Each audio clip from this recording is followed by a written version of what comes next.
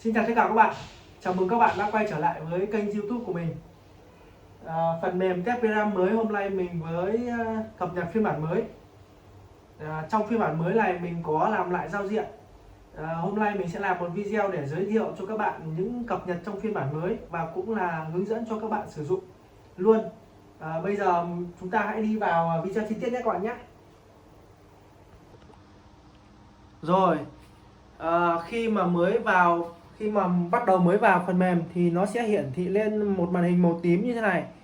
Các bạn sẽ test các dòng card từ 16 GTX 16 trở lên, là GTX 16, 20, 30, 40 và 50 thì các bạn hãy tùy chọn trên cùng. Đây. Còn nếu như các bạn test các đồ họa cũ hơn như GTX 750 trở xuống thì các bạn test đồ họa dưới cùng. Thì các bạn có thể chọn trên cùng hoặc là dưới cùng. Mình sẽ chọn các tùy chọn bên trên. Các bạn hãy đợi khoảng 30 giây để cho phần mềm nó chạy. Tốc độ là chạy nhanh hay chậm thì tùy thuộc vào tốc độ ổ cứng của các bạn nhé. Nếu các bạn dùng USB thì có thể nó sẽ chậm hơn một chút. Còn nếu các bạn sử dụng SSD thì nó sẽ loát rất nhanh. Rồi thì các bạn khi mà mới vào phần mềm ấy thì các bạn có thể nhìn thấy đây là giao diện tổng quan của phần mềm. Phần đầu tiên, phần mềm sẽ cho các bạn thấy rằng là hiện tại bây giờ nó đang phát hiện được card đồ họa. Tất cả các card đồ họa các bạn cắm ở trong máy test nó đều hiển thị ở đây, kể cả là 2 card đồ họa hay là 3 card đồ họa hay là 1 card đồ họa, nó cũng sẽ hiển thị hết ở đây. Thì trong hiện tại ở đây thì mình đang cắm card đồ họa là 1660 Super, cho nên nó hiển thị ở đây là 1660 Super. Thế thì nếu như các bạn test dòng card 1660 Super hoặc là nói chung là GTX 16 và GTX 20 series thì các bạn chọn 2. Thì đây sẽ là giao diện của dòng 16 và 20 series. Nếu như các bạn đang test các card đồ họa GTX 30 series thì các bạn sẽ chọn 3 và nhấn Enter. Thì đây sẽ là giao diện của dòng 30 series. Rồi, tương tự như vậy thì các bạn cũng có thể chọn 4 đối với các dòng card 40 series, hoặc 5 đối với các dòng card là 50 series, GTX 50 series. Hoặc nếu như các bạn đang test card đồ họa AMD thì các bạn có thể chọn 6. Trong cái tùy chọn 6 này thì các bạn có thể nhấn L để lệch page để chọn xem các card đồ họa AMD mà các bạn đang test. Rồi, thì cái phần mới của phiên bản mới này là gì? Đó là tất cả các menu ở các phiên bản cũ trong phiên bản mới này đều được đồng bộ với nhau. Các bạn có thể nhìn thấy menu cho các đồ họa GTX 20 và GTX 20 series đều có chung một giao diện. Đó, các bạn có thể nhìn thấy là 30 series đều chung một giao diện, 40 series cũng chung một giao diện và 50 series có chung một giao diện. Tức là mình đã đồng bộ giao diện của tất cả các dòng card đồ họa lại với nhau. Mục đích là để cho các bạn sẽ không cần phải nhớ cách sử dụng phần mềm nữa. Các bạn sẽ chỉ cần biết sử dụng một dòng card, test một dòng card là có thể sử dụng được tất cả các dòng card. Rồi bây giờ mình sẽ đi vào chi tiết một phần menu để cho các bạn có thể hình dung ra nhé. Thì hiện tại ở đây là mình đang test card đồ họa GTX 1660 Super, cho nên mình sẽ chọn 2, mình sẽ nhấn Enter. Ở tùy chọn 2 này chúng ta có thể thấy đây là toàn bộ menu của dòng 20 series và GTX 16 series. Thì đầu tiên ở phần trên này ấy, nó cũng sẽ có một phần là phần phát hiện VGA. Phần này nếu như nó hiển thị màu xanh và nó hiển thị tên như này có nghĩa là VGA đã được phát hiện. Còn nếu như mà nó chuyển sang màu đỏ và nó báo là chưa phát hiện VGA thì có nghĩa là VGA của các bạn đang test chưa được phát hiện, thì các bạn sẽ cần phải đi kiểm tra nguồn của con VGA đó. Hiện tại nó đã được phát hiện, là ok, đã được phát hiện rồi, thì bây giờ chúng ta sẽ có thể là đầu tiên là chúng ta sẽ test một bài test full test, hoặc là các bạn cũng có thể chọn bài test max, hoặc là các bạn cũng có thể chọn các bài test ép sung. Thì bây giờ chúng ta đầu tiên là chúng ta sẽ chọn bài test là full test trước.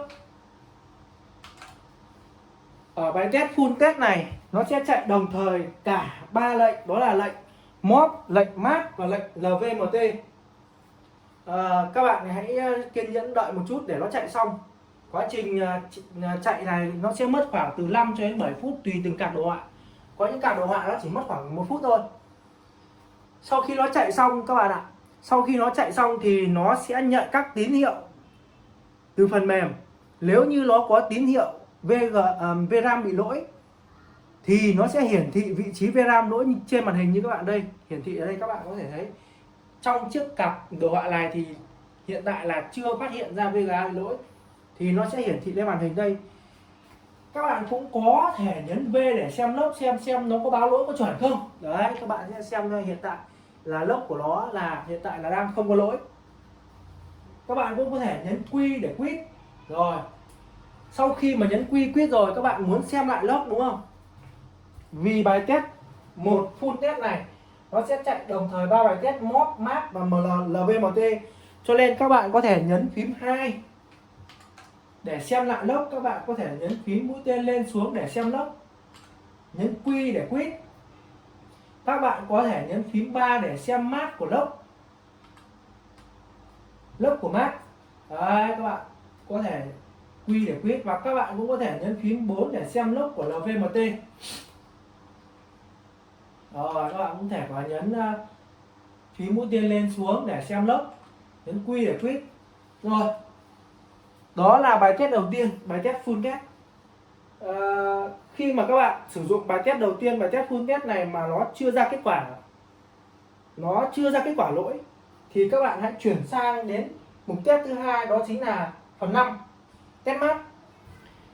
Có những dòng card các bạn, có những chiếc card mà test bài test full test ở bài test cơ bản nó không ra, nhưng khi mà chúng ta test bài test mát với thông số tùy chỉnh của chúng ta thì nó lại ra lỗi các bạn ạ. Chúng ta có thể 5, chúng ta có thể chọn 100, chúng ta có thể chọn 50. Có những chiếc VRA thì khi mà chúng ta chọn trên 50 là bắt đầu là nó sẽ ra lỗi. 50 ở đây là 50 mê đấy các bạn. Thì ở đây là trong video này mình sẽ làm một thông số nhỏ thôi để cho bài test nó nhanh, vì video cần phải không thể dài được, cho nên mình sẽ test nhanh. Mình sẽ chọn 5. Khi mà các bạn nhấn 5 thì nó cũng sẽ đợi, các bạn cũng sẽ cần phải đợi một khoảng thời gian nào đó khoảng từ 3 cho đến 7 phút. Nó sẽ test ra bài test mát với thông số mà chúng ta vừa nhập. Mình vừa nhập 5 thì nó sẽ test là mát 50. Các bạn là sau khi nó test xong thì nó cũng hiển thị VRAM bị lỗi ở trên màn hình như này. Có VRAM bị lỗi nó sẽ hiển thị. Rồi, bây giờ chúng ta sẽ nhấn Enter để quay lại. Thế khi mà chúng ta test mát rồi nó vẫn chưa ra kết quả thì chúng ta sẽ xử lý thế nào? Thì bây giờ chúng ta sẽ chuyển sang test mod, nhưng test mod ép sung VRAM, tức là test mod ép sung toàn bộ kênh VRAM. Chúng ta sẽ ép sung lên một chút bằng tùy chọn 6, test khu từng OC. Rồi chúng ta sẽ nhấn 6 và Enter. Khi mà nhấn 6 và Enter thì giao diện nó sẽ như thế này. Chúng ta sẽ nhấn 5 hoặc 5A đều được.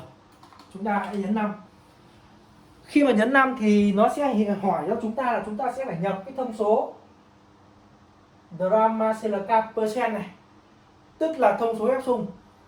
Thì thông thường là mình sẽ ép sung nó lên cao một tí, là mình có thể ép sung lên khoảng 119% hoặc là 105% hoặc là 110% tùy các bạn. Nhưng mà mình trong bài test này mình sẽ ép sung lên khoảng 119%. Thông số thứ hai đó chính là thông số lốp, chính là thông số vòng lặp. Thông số vòng lặp đó có nghĩa là nó sẽ chạy bài test này lặp đi lặp lại bao nhiêu lần. Các bạn muốn nó chạy đi lặp lại 10 lần hay là 100 lần cũng được, thì nó cứ chạy đi lặp lại đến khi làm lỗi thì nó dừng. Nhưng trong video này mình sẽ chọn một lần để cho nó nhanh. Nhưng nhớ mà test thực tế thì mình khuyên là các bạn cứ để khoảng 3 lần đấy các bạn nhé. Có nghĩa là nó sẽ chạy lại 3 lần, khi nào có lỗi thì nó sẽ báo. Thông số thứ ba đó là thông số fan speed, có nghĩa là tốc độ quạt. Các bạn có thể chọn nó quạt nó cao lên một tí cũng được, khoảng 70% đi. Rồi Các bạn hãy nghe quạt này. Đấy, quạt nó lên rồi đấy, các bạn đã nghe quạt nó lên chưa? Khi nó chạy thì cái phần màn hình mà kết nối với VGA nó sẽ nháy như thế này các bạn ạ.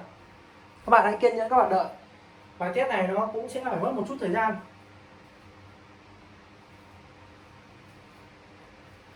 Bài test áp xung này nó cũng sẽ rất là hiệu quả khi mà những chiếc VGA nó khi mà test VGA mà test mát hoặc là test cơ bản nó không ra thì bài test áp xung này nó sẽ rất là hiệu quả. Đấy, các bạn có thể nhìn thấy là hiện tại là cũng vẫn chưa phát hiện lỗi này, chưa phát hiện lỗi thì các bạn cứ đợi nhé, nó sẽ chạy nhiều bài test đó.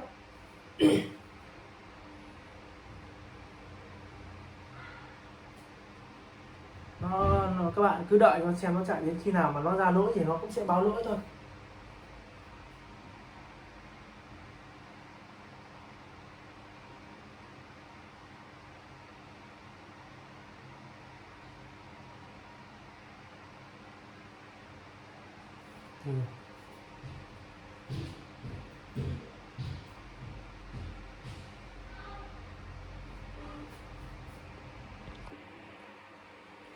Rồi, các bạn hãy cứ kiên nhẫn các bạn đợi một chút nhé.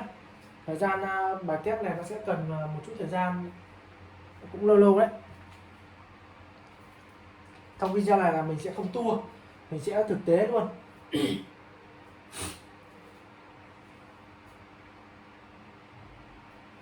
Cái thực tế trên chiếc card đồ họa này luôn.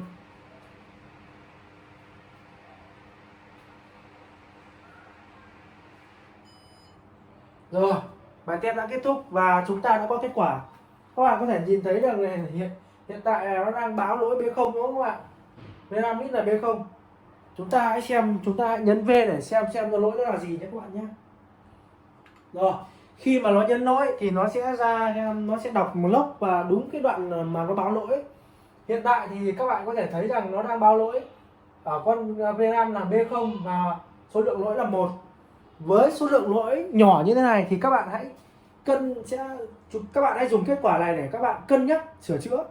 Nếu như chiếc VGA này vẫn nhận driver bình thường, vẫn chơi game bình thường thì các bạn chưa cần phải thay thế. Nhưng giả sử như chiếc VGA này nó đang bị lỗi chấn than thì con B0 này là khả nghi nhất, là các bạn hãy tập trung vào nó.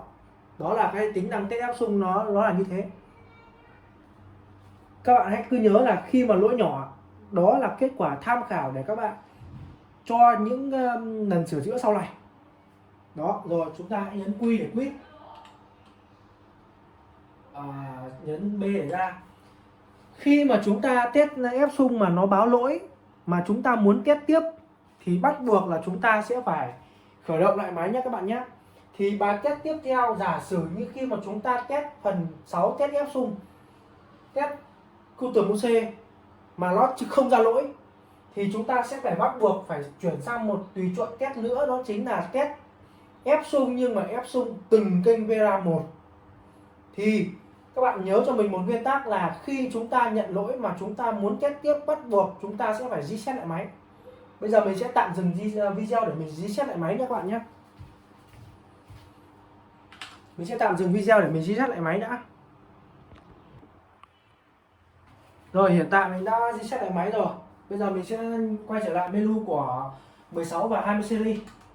Bây giờ là mặc định là cứ giả sử như chúng ta test bài test 1 test full test, bài test 5 test mát với thông số tùy chỉnh, test 6 test QTMUC tức là test ép xung toàn bộ cái VGA mà nó chưa ra lỗi. Bây giờ chúng ta sẽ chuyển sang một tùy chọn test cuối cùng, đó là chùm cuối của các loại test, đó chính là test từng kênh VGA một nhưng ép xung nó lên, ép xung từng kênh VGA.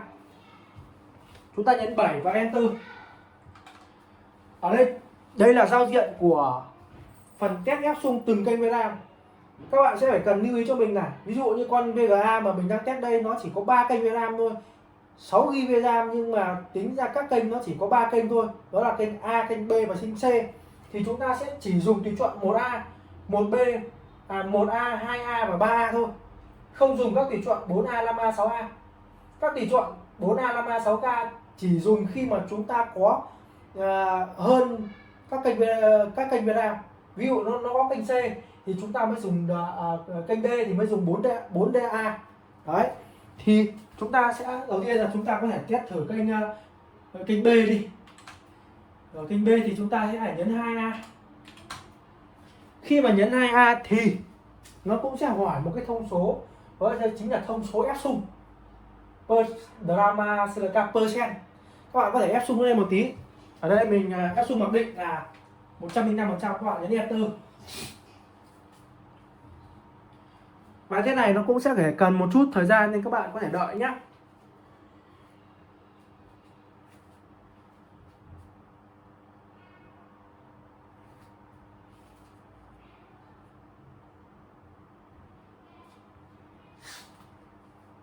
Các bạn hãy đợi một chút, nó đang ép sung ở thông số là 105% đây. 105% tức là làm sao? Tức là nó ép sung quá so với nhà sản xuất là 5%. Rồi, bài test này nó đã hiển thị đây. Đấy, khi mà chúng ta test kênh A rồi nó báo pass như thế này mà nó vẫn chưa ra kết quả đúng không? Các bạn có thể test ép sung lên một chút nữa là 110%. Để xem nó có bị lỗi không.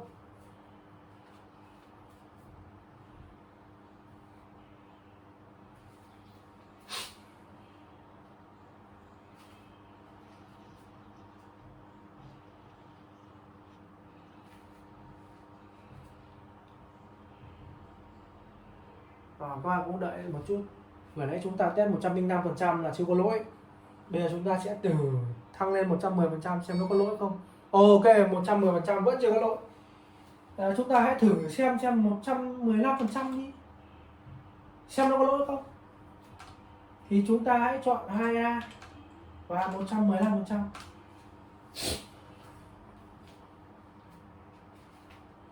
Các bạn hãy cứ nâng lên như vậy.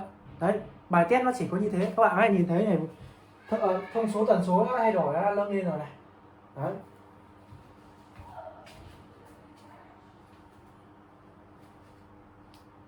Khi mà test áp sung đến 115% hoặc là 120% mà nó vẫn chạy ok thì có nghĩa là con VRAM đấy khả năng là rất là ok rồi. Bởi vì khi mà chạy game bình thường thì chúng ta thường sẽ không ép sung đến mức đó. Ok. Đó là phần bài test là test ép sung từng cây VRAM. Khi test đến khoảng 115 đến 120% mà nó vẫn báo pass thì các bạn hãy chuyển sang các kênh khác các bạn nhé. Đó. Rồi. Chúng ta có thể test thêm một phát nữa xem nào, là 119% đi xem nó có ra gì không.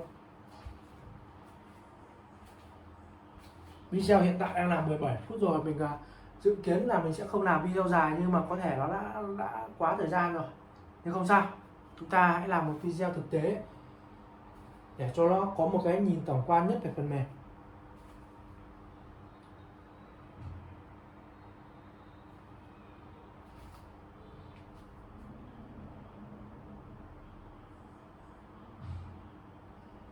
Rồi 118%, 19% vẫn ok, như vậy là con RAM này là ok. Đấy, cứ tương tự như vậy các bạn có thể test sang các kênh A hoặc kênh C. Rồi. Tính năng cuối cùng cũng là một tính năng rất mới trong phiên bản của mình, đó chính là tính năng test memory control. Test memory control là chúng ta test cái phần bộ điều khiển memory control trong con chip GPU. Có những chiếc GPU mà nó báo lỗi, khi mà chúng ta test nó báo lỗi tất cả các kênh VRAM thì chúng ta sẽ cần phải test tùy chọn này. Hiện tại thì bây giờ chiếc VGA này nó đang không báo lỗi. Bây giờ mình sẽ chuyển sang một chiếc VGA mà nó báo lỗi tất cả các kênh VRAM để cho các bạn thấy rằng là tính năng test memory control này nó hiệu quả như thế nào nhé các bạn nhé. Bây giờ mình sẽ tạm dừng video để mình thay chiếc VGA. Mình sẽ thay chiếc VGA. Bây giờ mình sẽ thay một chiếc VGA mà nó báo, khi mà test nó sẽ báo lỗi tất cả các kênh VRAM nhé các bạn nhé, để cho các bạn thấy rằng cái tính năng test memory control là nó sẽ như thế nào đấy các bạn nhé.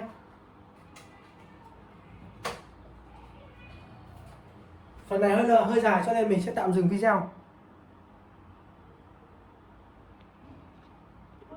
Rồi chúng ta quay trở lại nhé. Mình đã thay một chiếc VGA mà nó báo lỗi toàn bộ cái kênh VRAM đây. Mình sẽ cho các bạn thấy rằng khi mà test mát khi mà test mát nó sẽ báo lỗi tất cả các kênh VRAM. Khi mà các bạn hãy đợi một chút, mình sẽ giải thích sau.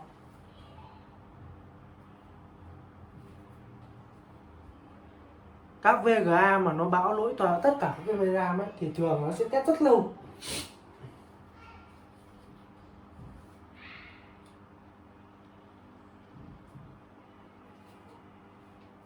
Các bạn hãy kiên nhẫn đợi nhé. Rồi các bạn có thể thấy rằng là trên màn hình đây rằng chiếc VGA này nó đang lỗi toàn bộ kênh VRAM. Rồi chúng ta hãy quay ra chúng ta sẽ xem lốc nhé. Ở đây chúng ta có thể thấy rằng là hiện tại bây giờ nó đang lỗi toàn bộ tất cả các kênh VRAM. Thông thường với một chiếc VGA khi mà lỗi toàn bộ kênh VRAM này nó sẽ rất là hiếm, có nhưng rất hiếm.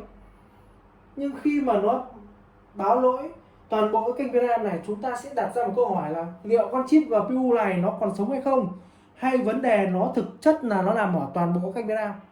Vậy thì trong phiên bản mới này mình đã bổ sung thêm một tính năng rất hữu ích, đó tính năng test memory control. Mình sẽ giải thích chi tiết về test memory control là gì ở một video sau. Nhưng trong video này mình sẽ giải thích ngắn gọn cho các bạn hiểu là khi mà chúng ta test VGA mà nó báo lỗi tất cả các kênh VRAM thì chúng ta hãy sử dụng tùy chọn test memory control, nó sẽ rất là hiệu quả để chúng ta biết được rằng con GPU này nó còn sống hay là nó đã bị hỏng rồi. Bây giờ chúng ta sẽ nhấn 9. Chúng ta sẽ đợi. Chúng ta sẽ đợi một thời gian. Rồi, rõ ràng là ở đây là chúng ta sẽ đã nhận được kết quả là memory control hiện tại là đang good. Báo good tức là báo tốt, tức là con GPU này nó vẫn còn tốt. Vấn đề thực sự nằm ở VRAM. Bây giờ các bạn hãy tập trung, các bạn đánh vào VRAM là sẽ sửa được cái con VGA này. Đó, thế thôi. Còn chi tiết về tính năng này mình sẽ làm một video chi tiết để giải thích là tính năng này nó test cái gì. Rồi, ok. Và phần cuối cùng thì mình cũng sẽ lượt lại cho các bạn thấy rằng là hiện tại menu của tất cả các dòng card đồ họa nó đều giống nhau. Các bạn có thể nhìn thấy dòng 30 series nó cũng giống nhau, dòng 40 series nó cũng giống nhau, và dòng 50 series thì nó cũng giống nhau. Tuy nhiên nó chỉ khác một chút về dòng 1 là dòng 16 và 20 series và 30 series giống nhau, 40 series và 50 series giống nhau. 40 series nó chỉ khác một chút thôi, 40 và 50 series nó chỉ khác một chút về cái phần test mode này thôi. Phần test mode này có nghĩa là chúng ta nhấn phím 5 nó sẽ ra một cái bảng như thế này. Rồi chúng ta sẽ chỉ cần nhấn cái số 94 Enter hoặc là 118 Enter, vậy thôi. Nó không có gì khác cả, không có gì khó cả. Các bạn hãy như vậy. Video này thì có thể là mình sẽ tạm dừng ở đây vì nó bây giờ là khoảng 23 phút rồi, khá dài. Tuy nhiên là đó là toàn bộ những phần mới mà mình đã cập nhật cho phiên bản mới này. Tính năng hữu ích nhất đó chính là trong phiên bản mới này, đó chính là test memory control, test GPU. Cuối cùng thì cảm ơn các bạn đã xem video.